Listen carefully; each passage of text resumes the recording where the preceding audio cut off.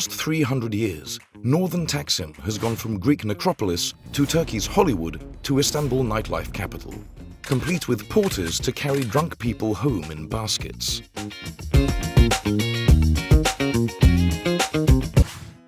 In 1481, Sultan Bayezid II was wandering the forests of Pera disguised as a civilian, searching for a location for an academy to train his palace administrators. He came across a rose garden at the top of the hill, run by a warrior monk and Sufi mystic named Gulbaba. The Rose Garden became Galatasaray High School, today the oldest high school in Turkey and namesake of Turkey's most successful football team. Gulbaba became the school's first headmaster and died 60 years later during the Ottoman conquest of Hungary. His tomb in Budapest is officially the northernmost Islamic pilgrimage site in the world. By the 1500s, overcrowding in the largely European enclave of Galata forced residents to move uphill and settle in Pera. Soon, a new street, the Grand Rue de Pera, today's Istiklal Caddesi, was the new center of the city's commerce, diplomacy, and nightlife. The northern half of Taksim remained undeveloped until 1731, when the high elevation to the north was chosen as the location of a new water cistern, or Taksim in Ottoman Turkish, to serve the city's new northern neighborhoods. Over time, the name Taksim would supersede Pera as the name for the whole area, although the southern half of Taksim is still often called Pera.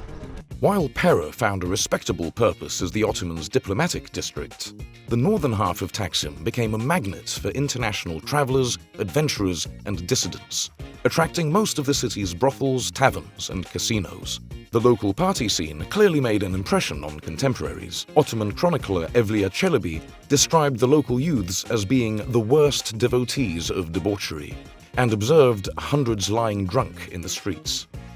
In the 1850s, this situation was not helped by the arrival of 50,000 horny, hard-drinking French and British soldiers during the Crimean War, when Galata became a military base for the Ottomans' allies in their joint war against Russia. When they were not sponsoring Taksim's bars, European military engineers also found time to build the city's first modern infrastructure and power lines, kicking off the construction of theaters and circuses, often attended by the Sultan himself, and a parade of high-profile European guests. The more conservative elements of Ottoman society warned that the party in Taksim would bring misfortune upon the empire.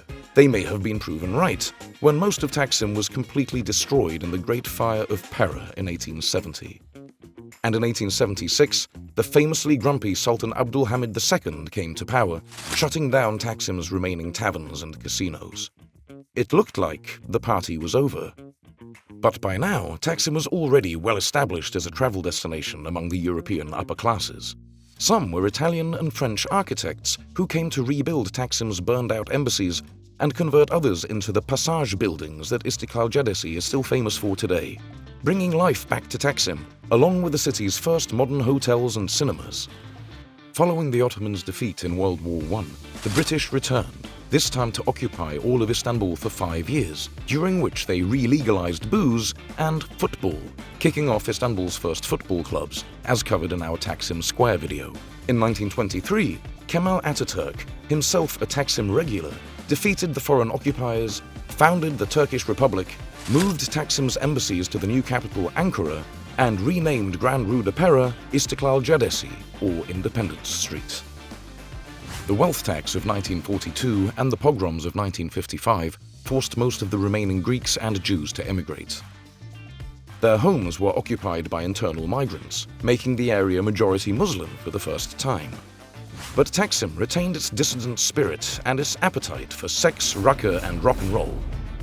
This served it well in the 1950s and 60s, when Taksim became home to Yeşilçam, Turkey's answer to Hollywood and the fourth biggest movie producer in the world at the time, immortalizing Taksim's golden age in generations of movies and TV shows.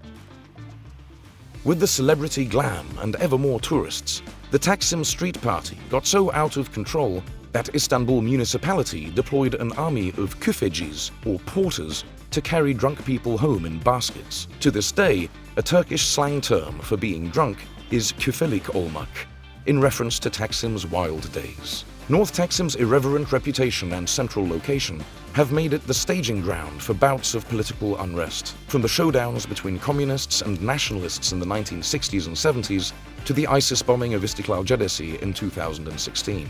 But apart from maybe the ISIS guys, everyone likes a good party, and Taksim's free spirit is still going strong today, rightly making it one of the most visited neighborhoods in Istanbul, and not just for its nightlife.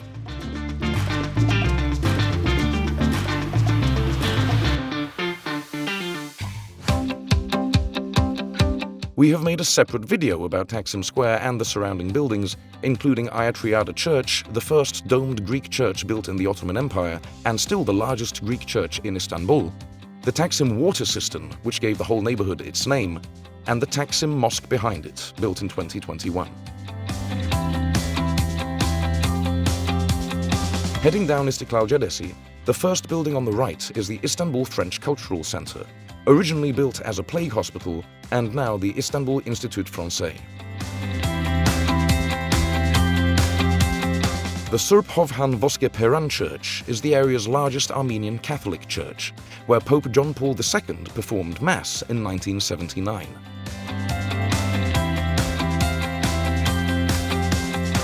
The neoclassical Rumeli Han was built after the Great Fire of 1870. The basement floor has a stretch of ancient tunnel that is open to visitors.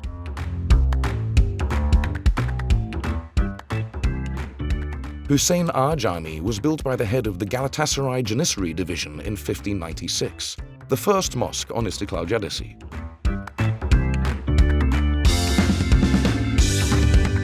Turkey's Yeşilçam movie industry, once the fourth biggest in the world, was named after Yeşilçam Street, where most of the leading studios and production companies were based, many of them in what is now the Grand Pera building, which had previously served as a theater, a circus, and a gentleman's club.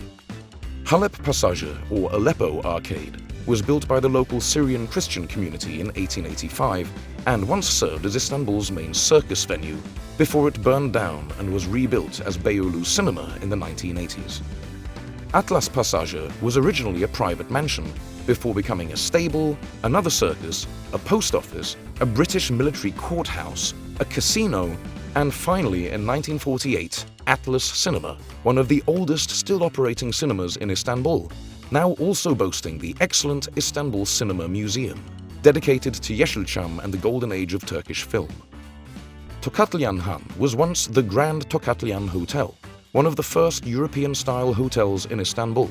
It has accommodated Leon Trotsky, Josephine Baker, and Mustafa Kemal Atatürk, who apparently preferred this place to the Pera Palace Hotel, with which he is more closely associated. Çiçek Passager used to be the Noam Theatre, until it was destroyed in the fire of 1870, then rebuilt as the complex of taverns and meyhanes that it is today. After the Bolshevik Revolution, Russian refugees made a living selling flowers here, hence the name Çiçek Passager, or Flower Arcade.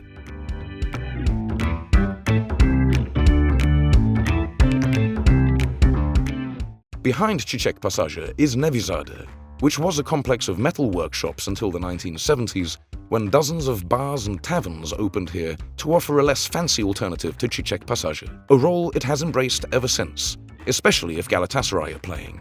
Nevizade turns onto Sahne Sokak, once a bustling fish market, today the best place to sample Taksim's street food offerings. Off Sahne Sokak is Avrupa Passager, once a hotel that burned down in the Great Fire and was rebuilt as one of the fanciest arcades in the city.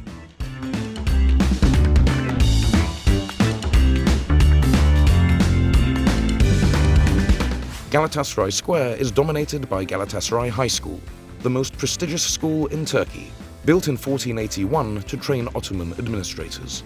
Galatasaray High School's alumni include King Zog of Albania, Turkish rock star Barış Manço, and former Israeli President Yitzhak Ben-Zvi. The school's offshoot, Galatasaray University, gave Turkey its most successful football team, making Taksim the spiritual stomping ground of Galatasaray fans. The street running alongside the school is Boğazkesen Caddesi, or Throat Cutter Street, along which the Ottoman fleet was pulled during the siege of Constantinople, as covered in our Cihangir video.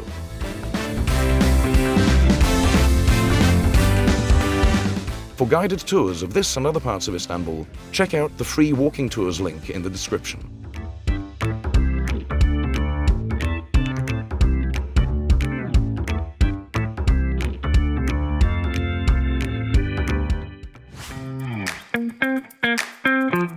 Taksim specializes in meyhanes, Balkan-style taverns serving up meze and kebabs alongside heroic amounts of rakı.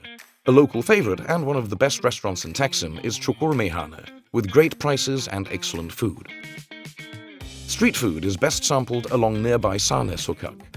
The best roadside kebab of your life can be found at the Anthony Bourdain-approved Dürümzade.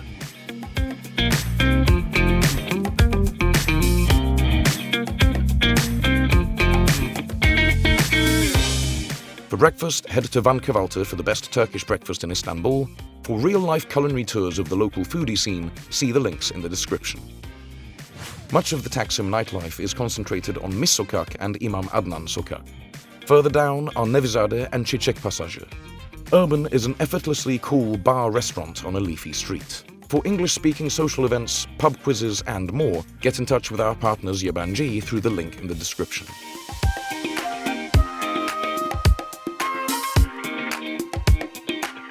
Taksim is most easily reached by metro to Taksim Square at the far north of Istiklal Caddesi, where the funicular railway continues to Kabataş Ferry Terminal.